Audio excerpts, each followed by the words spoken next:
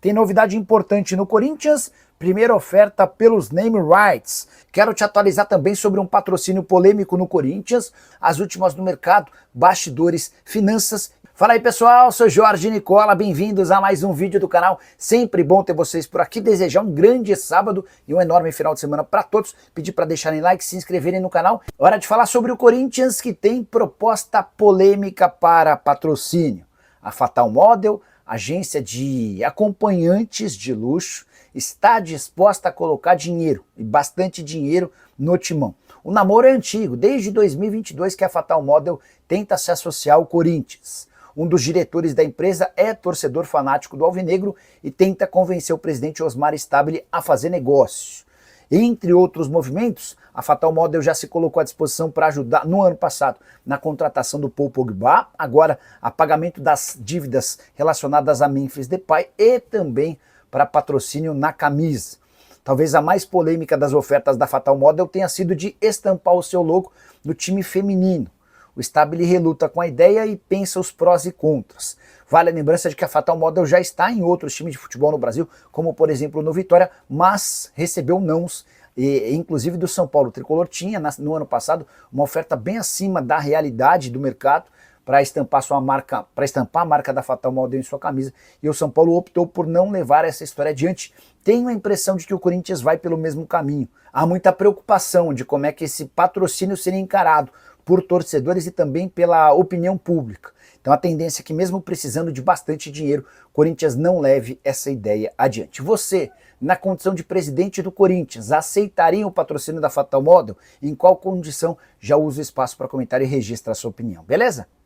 Quero falar agora sobre o futuro de Rafael Carioca, volante brasileiro de 36 anos de idade, livre no mercado desde que não renovou seu contrato com o Tigres do México no mês de junho dessa temporada.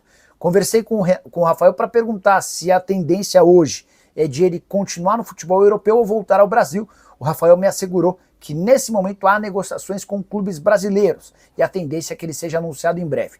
Vale a lembrança de que a janela de transferências fechou na última terça-feira, mas o fato de estar livre permite a ele ainda ser inscrito.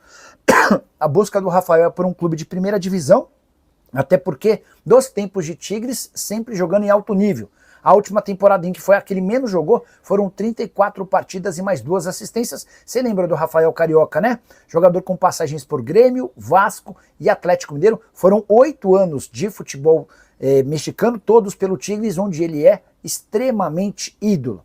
Só para completar, lembrar que em 2015 ele chegou a ser eleito craque do Brasileirão em sua posição de volante e também fez parte da seleção do Bola de Prata da temporada de 2015. Agora de falar sobre o Corinthians, que recebeu a primeira proposta para a mudança dos naming rights do seu estádio. Havia dito para vocês algum tempo atrás que a partir de setembro a multa rescisória do contrato com a Hypera Pharma, que é responsável pela Neoquímica, cairia. O contrato entre Corinthians e Hypera Pharma tinha uma multa de 180 milhões, a partir de setembro essa multa com impostos gira na casa dos 70 milhões de reais. E é por conta disso e da necessidade de faturar mais com naming rights que o Corinthians decidiu buscar no mercado alternativas.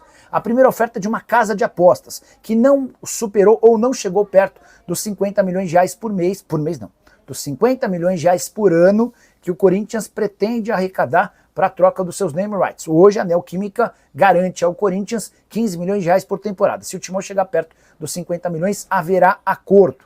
Importante registrar também que o fato de ser uma casa de apostas é um problema, porque o Corinthians, ainda que se acertasse com os name rights, precisaria se desfazer do seu contrato de patrocínio master, e a Esportes da Sorte banca ao Timão 103 milhões de reais por temporada. Das 3 empresas que negociam com o Corinthians a compra dos name rights, 2 são bets. E a ideia do Osmar Stabile, que é o presidente do Timão, é encontrar uma parceira que não seja casa de apostas, a menos que ela esteja disposta a comprar os name rights e também o patrocínio master. O patrocínio master do Corinthians ficou defasado a partir do acordo entre Flamengo e Betano. Flamengo e Betano numa negociação de 268 milhões de reais por ano contra apenas 103 milhões de reais do Timão. Alguma quente do meu Timão hoje? Paulo, deixa eu até dar uma atualizada nessa questão que envolve o Corinthians, foi tema do meu vídeo de agora à noite, tá? O Corinthians havia sido excluído do movimento de clubes formadores no início desse ano. O que é esse movimento de clubes formadores? existia durante muito tempo uma verdadeira guerra para a contratação de jogadores que não tinham contrato profissional. Só para vocês entenderem, atletas a partir dos 16 anos podem assinar contrato profissional. Ainda que eles fiquem na base, no sub-17, no sub-20, mas a partir dos 16 anos eles podem assinar contrato profissional. E no contrato profissional fica muito mais difícil arrancar jogador do outro time do que enquanto o atleta tem só um contrato de formação. Então, criou-se um movimento de formação de clubes, até para fiscalizar essa questão, para que os clubes debatessem coisas relacionadas às categorias de base, e o Corinthians foi excluído do movimento de clubes formadores em janeiro, depois de contratar um atleta do Palmeiras chamado Pedro Martelli. Deixa eu ver se é Martelli, só para não dar informação errada, quer ver? Ó? Clubes formadores... Falei no vídeo de agora à tarde. Pedro Morelli, não é Martelli, não. Pedro Morelli. Então, em janeiro, o Corinthians foi e tirou o Pedro Morelli do sub-15 do Palmeiras. O João Paulo Sampaio, que é gerente da base do Palmeiras, ficou revoltado. Ele é um dos líderes do movimento de clubes formadores. E ele exigiu a exclusão do Corinthians do movimento e o Corinthians foi excluído. Tá? A partir daí, a coisa descambou.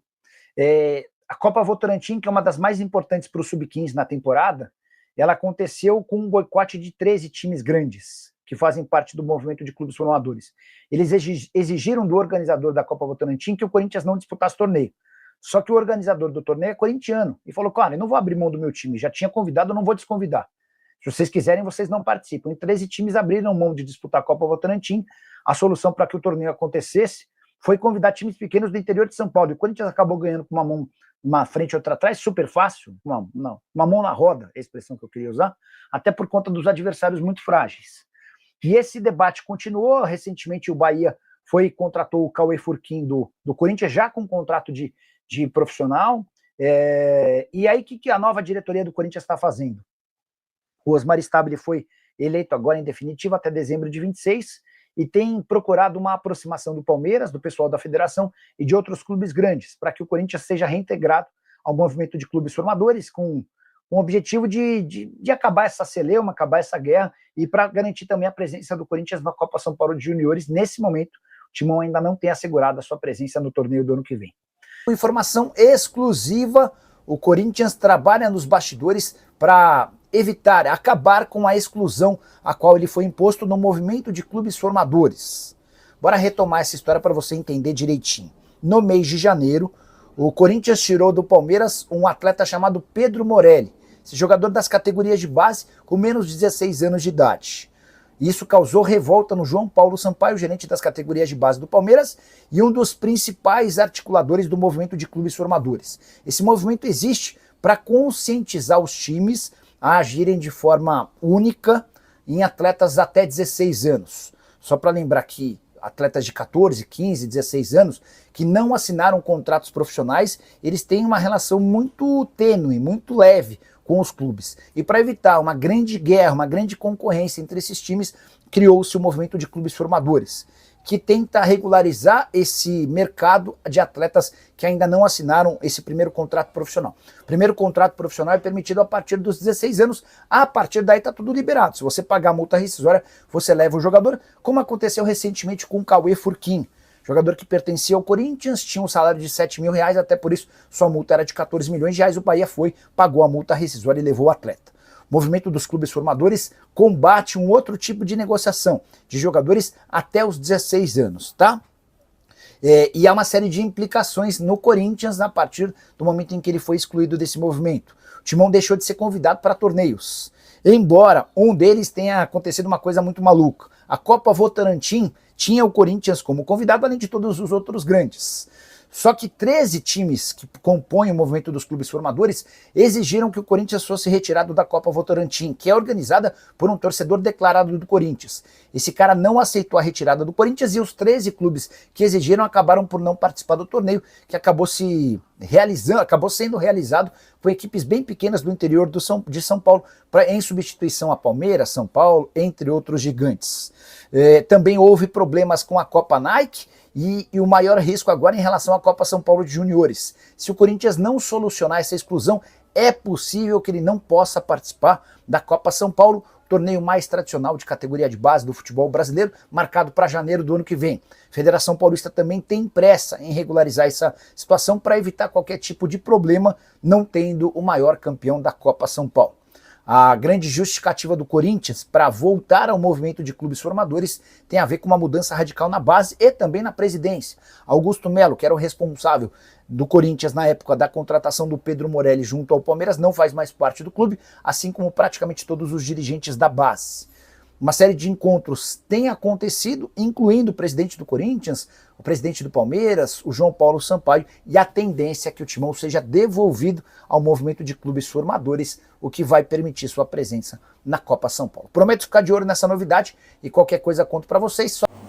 Família, ficamos aqui com aquele giro de notícias do Corinthians, informações exclusivas e atualizadas para você não perder nada. Deixa aqui aquele like maroto, inscreva-se no canal, ativa o sino das notificações para ficar por dentro de todas as atualizações do maior clube do Brasil, o Coringão, Timão poderoso Corinthians, combinado? A gente vai ficando por aqui naquele pique, naquele ritmo. Não esqueça, hipótese alguma, de deixar like, inscreva-se no canal, ativa o sino das notificações. Um grande abraço aí no seu coração, nos segue para mais, até o próximo vídeo, fui, valeu!